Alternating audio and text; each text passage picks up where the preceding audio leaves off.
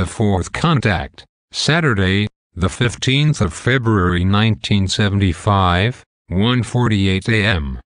In the past few days I have picked up many strong thoughts from you. You occupy yourself tremendously a lot with the most various things, yet I may not answer all questions for you for your own security. You said to me, though, that you would not push into my thoughts, except if it is urgently essential. Sure. I also did not penetrate into your thoughts, however you have those thoughts of yours so intensively aimed upon myself, that I must have simply picked them up. You have a phenomenal thought force, which only very few humans is already a characteristic of. I haven't thought about that, and I didn't want to pester yourself. It is quite all right, because I thus could occupy myself with your questions, which I may sadly not answer so extensively for you, like I would like as far as I'm concerned. I myself and also all others trust you perfectly, yet Earth humans exist with the most various gavolt mediums in their hands, which could draw every mystery out of you. I know well that you would defend yourself against that, yet they could draw out certain things from you despite. Because of that we must exercise caution and precaution in every regard. Yet ask your questions openly according to your discretion, because I don't want to and I can't answer you dictatorially, as I make your series of questions into my own. Thanks, Simyasa. You speak perfect German. From where are you proficient in this language? A good question, which is however easy to answer. Exactly like the Earth human, we must also learn our language.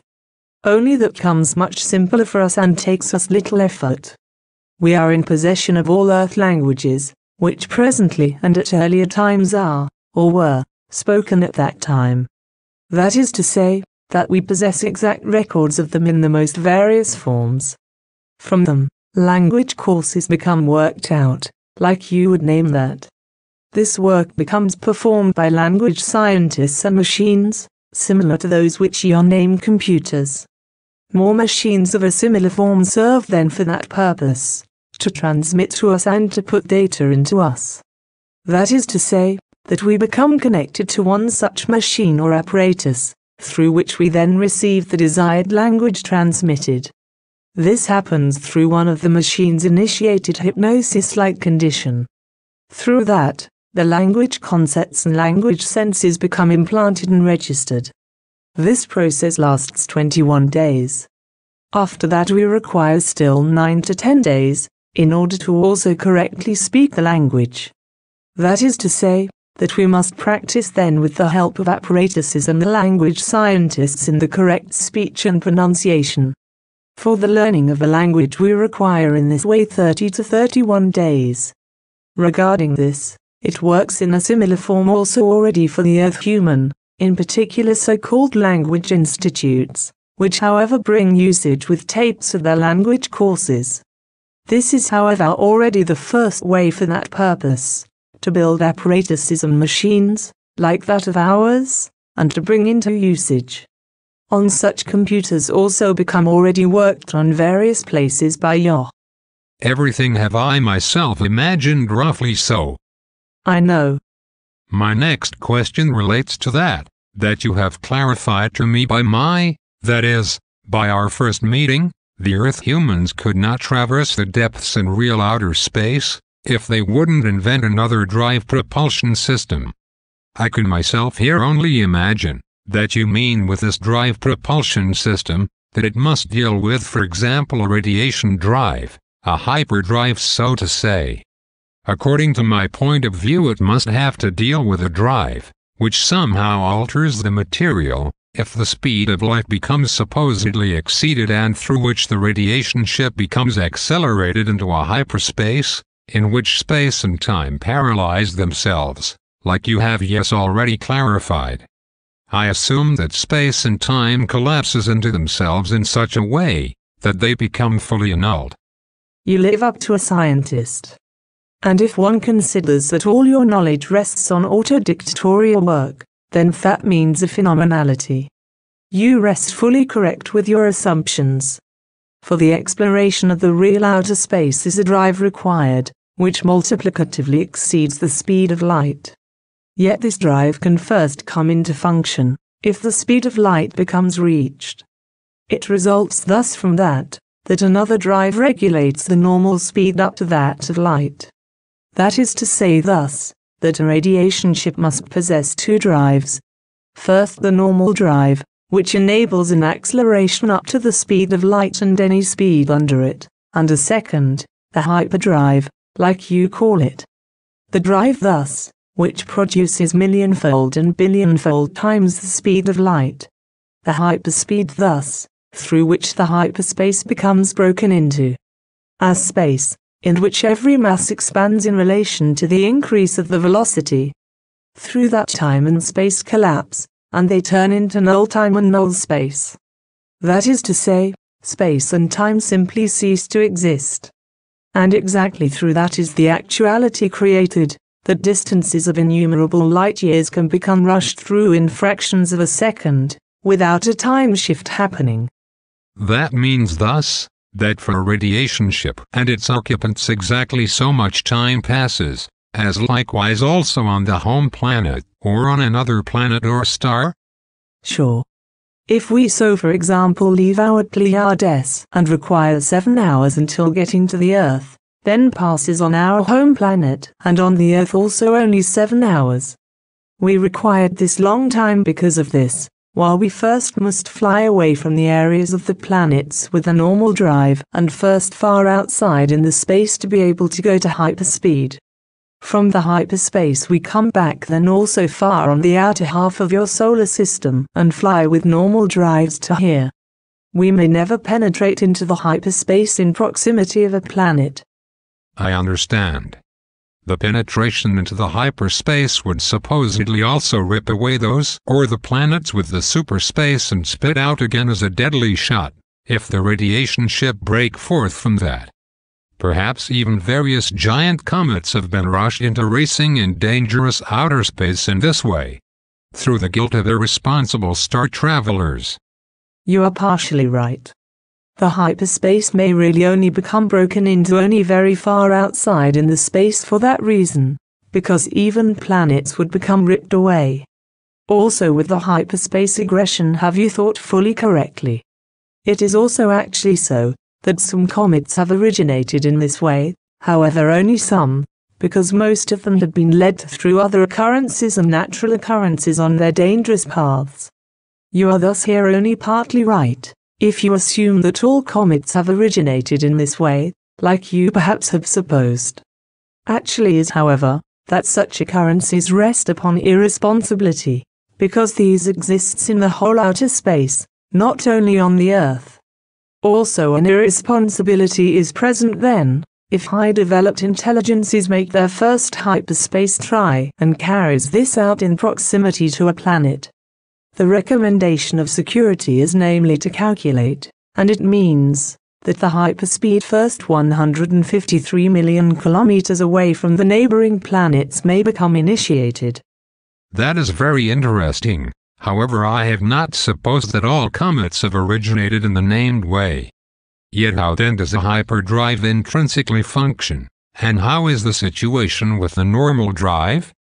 About that may I sadly name no details for you. If the Earth scientists would have had elaborative details, then they would have already solved their propulsion problems in the shortest time. This lies however not in our interests or in the cosmic interests, because still is the Earth human not free enough and not ripe enough to fly into outer space. He will however at a given time, which is no longer all that far, find the solutions of his problem himself. I may reveal only so much to you, that very many of your scientists, however, are already on the correct path and theoretically work on and develop the required drives. Also I may say to you, that if thereby deals with drives, which are already known as light-emitting drives and as tachyon drives in the basics in your adept circles of scientists. The light-emitting drive serves as a normal drive and has the function to move the radiation ship on planets or in their proximity up to 153 million kilometer distance, thus up to a security boundary. Above that will among others the tachyon drive become set into function, if great distances are to be bridged over. This is one of the hyperdrives, which is able to subjugate the hyperspace as well as space and time. We name these two drives by different descriptions, yet the sense remains the same. We have a different language than the Earth humans, and thus, I must clarify to you in the concepts, if you understand. That enlightens me, yet I don't understand how one such drive functions. I am familiar with the basic concepts of an emission and I know what tachyons mean, yet I cannot imagine or guess the intrinsic processes by a resulting drive from those. Can you say to me something more detailed about that? No, I may not, because with that, I would release the mystery of the whole drive and also the production and usefulness of tachyons, likewise however also the mystery of the emitting drive. Thanks, that suffices, because I don't want to push yourself. One interests myself however still. If I overlook or overthink everything exactly, then the form of the radiation ship plays no essential role, yet may however disk-formed ship be the ideal form, while it offers aerodynamics in the area of an atmosphere surely the fewest resistance, which surely however also may be the case in the water. Sure. You have again struck the core of the matter. However, essentially the form plays no role. The disk form however warrants the lowest resistance in an atmosphere, and furthermore it has the greatest possible surface area, in order to permit the drives on them or through them to become fully effective. That is enlightening to me, yet how is it possible that a radiation ship in the area of the gravitation of a planet or in its atmosphere can reach tremendous velocities, without it burning up or without the occupants simply falling victim to the gigantic pressure? That is very simple to clarify and also is no longer a mystery to the Earth human, at least not to the scientists. The radiation ship is surrounded by a radiation protection belt, which would instantly allow every waft of air to be deflected, without displacing it. The exact same thing happens also in outer space, which is just teeming with invisible little particles.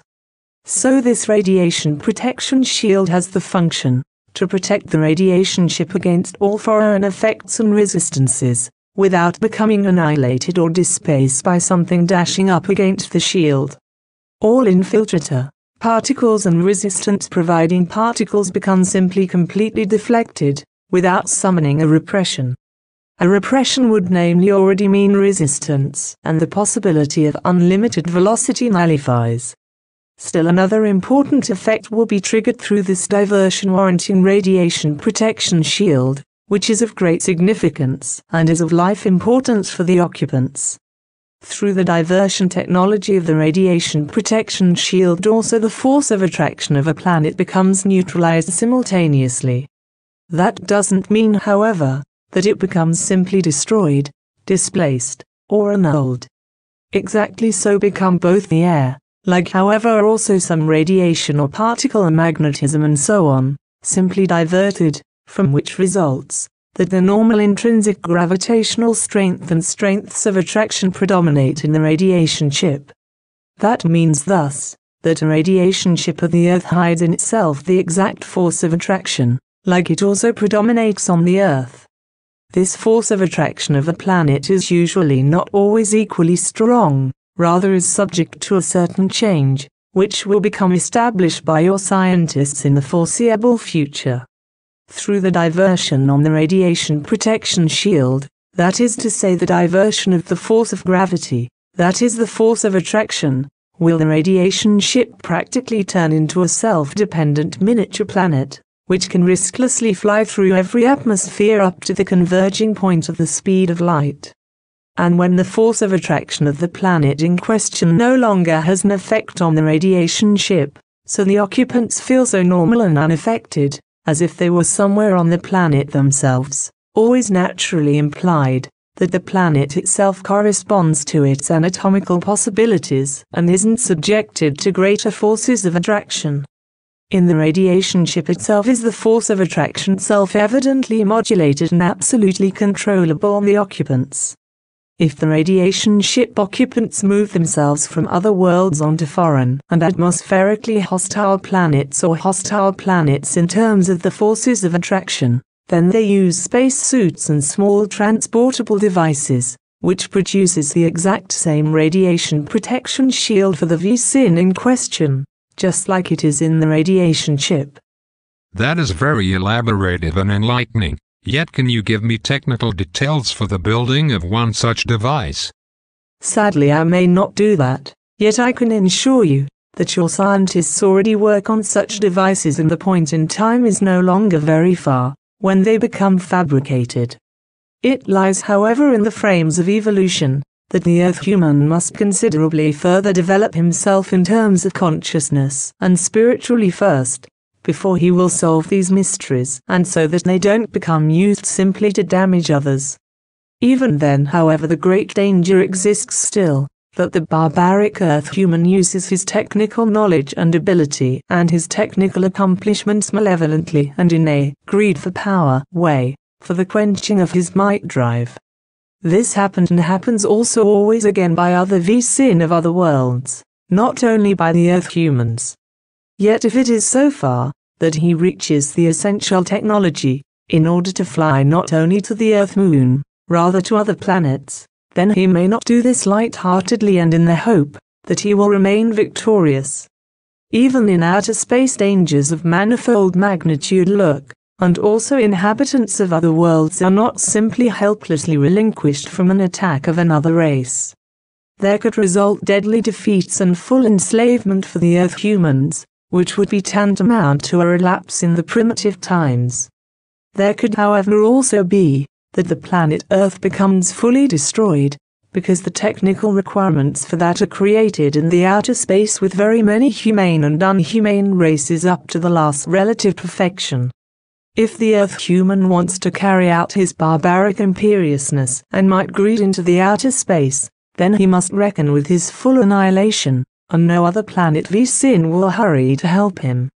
The Earth human must, however, also prepare himself in order to set up defense against malevolent invaders, which he, however, can only reach through a full federation of all the folks of your planet. The dangers from the outer space are great and lurk in all ends of the galaxy. Most are inhumane, might greedy VSIN, which aren't familiar with any or only substandard or degenerated feelings. Others, however, know quite well to defend themselves, and essentially they always do it radically. If namely a great war would upset the outer space, then entire galaxies could become destroyed.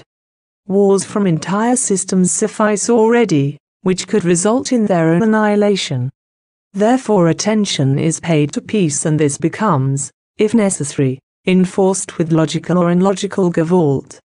The Earth human must consider that, if he wants to conquer the outer space in the near future, other world races don't allow themselves to wage war or to be driven into exile, bondage, and exploitation, like this is usual among the folks of Earth. They will defend themselves with gavolt, and they will excessively outmatch all technical possibilities of the Earth human still for a long time. Where this is, however, not the case, they stand often under the protection of further and higher developed intelligences, whose technologies reach the last relative perfection. Those are, yes, very beautiful expectations. It is the single possibility to preserve peace and to avoid bringing death and desolation over the whole galaxies of the universe. All this must, however, be said to the Earth human, because his reason in terms of consciousness is still very weakly developed. The Earth human shall acquaint himself with the thoughts that his forefathers partly had to evacuate the whole humanity from the planet in a wild escape and had even brought the Earth to the edge of ruin. It shall serve, however, also as a warning to him that might, greed, and barbary are death-bringing characteristics. That is so, has a second race in your solar system also had to experience. In their limitless hate and in their unmanageable might greed they have destroyed themselves up to the last, and hardly an VSIN survived the battle. They have annihilated and destroyed their own planet in a tremendous explosion, and nothing remains left over from that as many thousand asteroids, which still today circle around your sun, as a memorial of deadly unreason of humanly entities. Remnants of the once standing planet Malona in splendid blossoms, which its inhabitants destroyed in their barbaric might, greed and unreason. Girl, that is very interesting. Do you know still more about such things? Sure. Yet for today it must suffice. The next time you shall experience more.